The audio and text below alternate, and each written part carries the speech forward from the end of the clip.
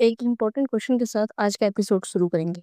क्या एक sexual harassment complaint को समय सीमा के बाद भी सुना जा सकता है? नमस्ते और स्वागत है टुडेज लॉ कॉर्नर पॉडकास्ट में। मैं हूं आपकी होस्ट रश्मि। आज हम बात करेंगे एक इम्पोर्टेंट केस की, वनीता पटनायक वर्सेस निर्मल कांति चक्रवर्ती, जिसमें सुप्रीम कोर्ट ने पॉश एक्ट के तहत सेक्सुअल हैरेसमेंट कंप्लेंट की लिमिटेशंस यानी समय सीमा पर एक इम्पोर्टेंट जजमेंट दिया है। सुप्रीम कोर्ट के इस फैसले ने पॉश एक्ट 2013 के अंडर कंप्लेंट फाइल करने की समय सीमा पर एक नया प्रेसिडेंट सेट किया है। क्या होता है जब एक कंप्लेंट समय पर फाइल ना हो, और क्या एडमिनिस्ट्रेटिव एक्शंस को हैरेसमेंट का कंटिन्यूइंग ऑफेंस माना जा सकता है? जानिए इस केस की हर डिटेल हमारे साथ। ये केस उन सभी वर्किंग वुमेन्स के लिए है, तो ध्यान से सुनिए और अपने जान पहचान में वर्किंग वुमेन्स के साथ शेयर कीजिए ये वीडियो। चलिए शुरू करते हैं। पॉश एक्ट का फुल फॉर्म है प्रिवेंशन ऑफ सेक्सुअल हैरेसमेंट। ये एक्ट स्पेशली वुमेन्स के लिए है कि वुमेन्स को वर्क प्लेस पर सेक्सुअल हैरेसमेंट से बचाया जा सके। ये एक्ट वुमेन्स को सेक्सुअल हैरेसमेंट से प्रोटेक्ट करता है, जिससे आप काम करने वाली जगह पर सेफ फील कर सके। इस एक्ट का उद्देश्य ये है कि सेक्सुअल हैरेसमेंट को कैसे रोका जा सके, कैसे एक सुनवाई दिया जा सके किसी भी कंप्लेंट पर, जिससे जेंडर इक्वलिटी बनी रहे और एक रिस्पेक्टफुल वर्क प्लेस हो सभी वर्किंग वुमेन्स के लिए। ये एक्ट सारे वर्कप्लेस को कवर करता है, जैसे traditional offices, MNCs, factories, educational institutes like college, university, hospitals, NGOs etcetera. Supreme court ने फॉरगिव बट डोंट फॉरगेट ऐसा क्यों कहा इस केस में? चलिए जानते हैं इस केस डिटेल में। प्रेजेंट अपील्स सुप्रीम कोर्ट में मिस विनीता पटनायक ने फाइल किया है, जो फैकल्टी मेंबर है west Bengal national university of judicial sciences में। उन्होंने ये अपील डॉक्टर निर्मल कांति चक्रवर्ती के अगेंस्ट फाइल किया है, जो 3 जुलाई 2019 को वीसी अपॉइंट हुए थे। वनीता पटनायक ने 26/12/2023 को फॉर्मल कंप्लेंट फाइल किया लोकल कंप्लेंट कमेटी में सेक्सुअल हरेसमेंट का वीसी के अगेंस्ट। लोकल कंप्लेंट कमेटी यानी एलसीसी ने कंप्लेंट रिजेक्ट कर दिया, ये कहते हुए कि ये टाइम बार्ड है, क्योंकि लास्ट इंसिडेंट सेक्सुअल हरेसमेंट का अप्रैल 2023 में हुआ था, जबकि कंप्लेंट 26 दिसंबर 2023 को किया गया है, जो कि प्रिस्क्राइब लिमिटेशन पीरियड 3 महीने से ज़्यादा का है। और तो और एक्सटेंडेड लिमिटेशन पीरियड जो कि 6 मंथ का होता है, उससे भी बात का है। उसके बाद विनीता पटनायक ने इस फैसले के खिलाफ हाई कोर्ट में रिट पिटीशन फाइल किया। हाई कोर्ट के सिंगल बेंच ने यानी एक जज के बेंच ने 22 मई 2024 को अपना जजमेंट और ऑर्डर देते हुए एलसीसी के ऑर्डर को क्वैश यानी रद्द कर दिया और एलसीसी को दोबारा इस कंप्लेंट को सुनने को कहा।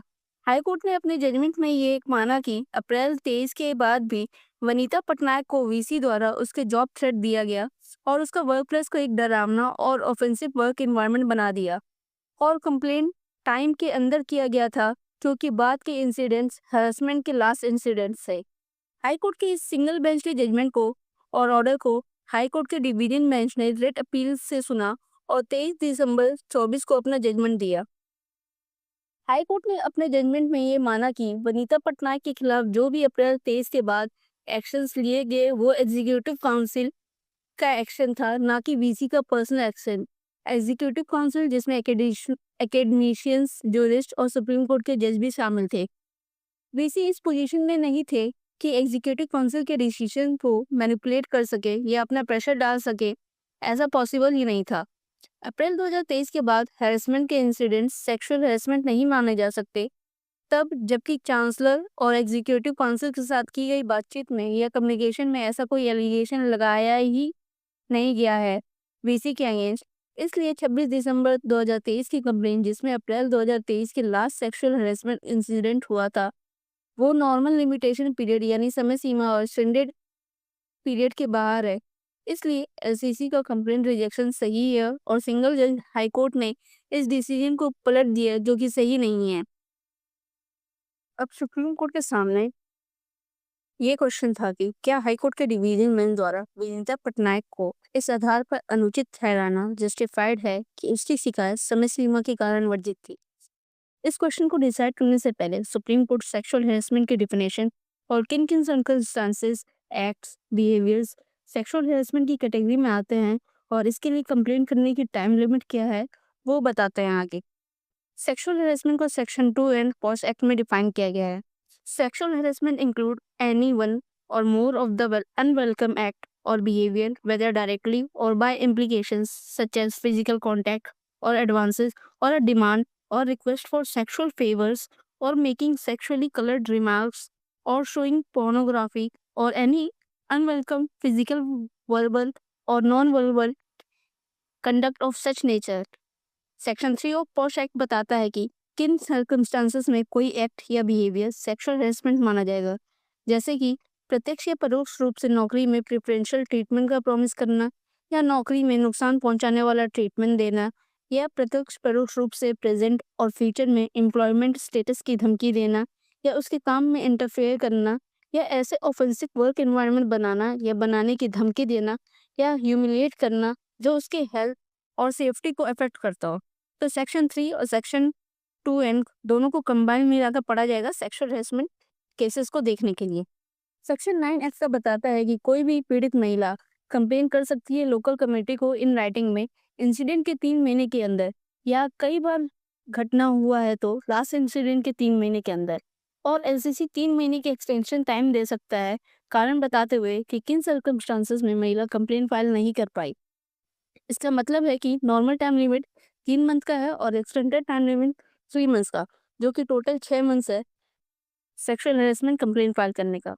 हाई कोर्ट कंप्लेन में कहे गए स्टेटमेंट में देखता है जिसमें विनीता पटनायक कहती है कि वीसी ने जुलाई 2019 में यूनिवर्सिटी एज वीसी ज्वाइन किया। वीसी ने सितंबर 2019 में वनीता को अपने ऑफिस में बुलाकर साथ में डिनर करने को कहा, जिससे उसे पर्सनल बेनिफिट्स होंगे। यहाँ तक कि वीसी ने अजीब तरीके से उसका हाथ टच किया जो उसे बहुत ही अनकंफर्टेबल कर दिया, जिसके बाद उसने तुरंत ही ऑफिस छोड़ दिया। वीसी ने अक्टूबर 2019 में दोबारा अपने ऑफिस में बुलाया और विनीता से पूछा कि क्या वह डिनर वाले प्रपोजल पर कुछ सोची है, जिसके बाद विनीता ने कहा कि वो कंफर्टेबल नहीं है और प्रोफेशनल रिलेशनशिप ही रखना चाहती है। उसके बाद वीसी ने वनीता से सेक्सुअल फेवर्स की डिमांड की और धमकी भी दिया मना करने पर। फिर विनीता फिर वीसी ने विनीता को अप्रैल 2023 में अपने ऑफिस में बुलाया और विनीता को साथ में रिसोर्ट ट्रिप पर जाने के लिए कहा, जिससे विनीता ने तुरंत मना कर दिया। फिर वीसी ने धमकी दिया कि तुम्हारा करियर खराब हो जाएगा। 29 अगस्त 2023 को वनीता को वीसी का लेटर मिलता है जिसमें उसे डायरेक्टर के पोस्ट से हटा दिया जाता है। उसके बाद फैकल्टी मेंबर भी उसके अगेंस्ट कंप्लेन फाइल करते हैं, जिससे बाद एग्जीक्यूटिव काउंसिल इन कंप्लेंट्स को और ईडीसी के कुछ ग्रांट्स के मिसयूज के इशू को सॉल्व करने के लिए उसी दौरान विनीता एग्जीक्यूटिव काउंसिल और चांसलर यानी गवर्नर को मेल्स के द्वारा सेक्सुअल हेरेसमेंट का कंप्लेन करती है। कंप्लेन को पढ़ने से ये क्लियर होता है कि वीसी ने सितंबर 2019 में सेक्सुअल हेरेसमेंट किया था और लास्ट इंसिडेंट अप्रैल 23 में हुआ था। उसके बाद कोई सेक्सुअल हेरेसमेंट नहीं हुआ सिवाय इसके कि 29 अगस्त 23 को विनीता को डायरेक्टर की पोस्ट से हटा दिया गया। एग्जीक्यूटिव काउंसिल द्वारा विनीता के अगेंस्ट प्रिलिमिनरी इंक्वायरी के बाद ये तो निश्चित है कि विनीता पटनायक से कंप्लेंट के अनुसार लास्ट इंसिडेंट अप्रैल 23 का है, जो समान समय सीमा के बाहर है। पर क्या विनीता को डायरेक्टर की पोस्ट से हटाने का या एग्जीक्यूटिव काउंसिल द्वारा इंक्वायरी करना सेक्सुअल हेरेसमेंट माना जाएगा, जैसा कि सेक्शन 3(2) पॉश एक्ट में बताया गया है? सुप्रीम कोर्ट ये कहता है कि डायरेक्टर की पोस्ट से विनीता को हटाना सेक्सुअल हेरेसमेंट नहीं माना जाएगा।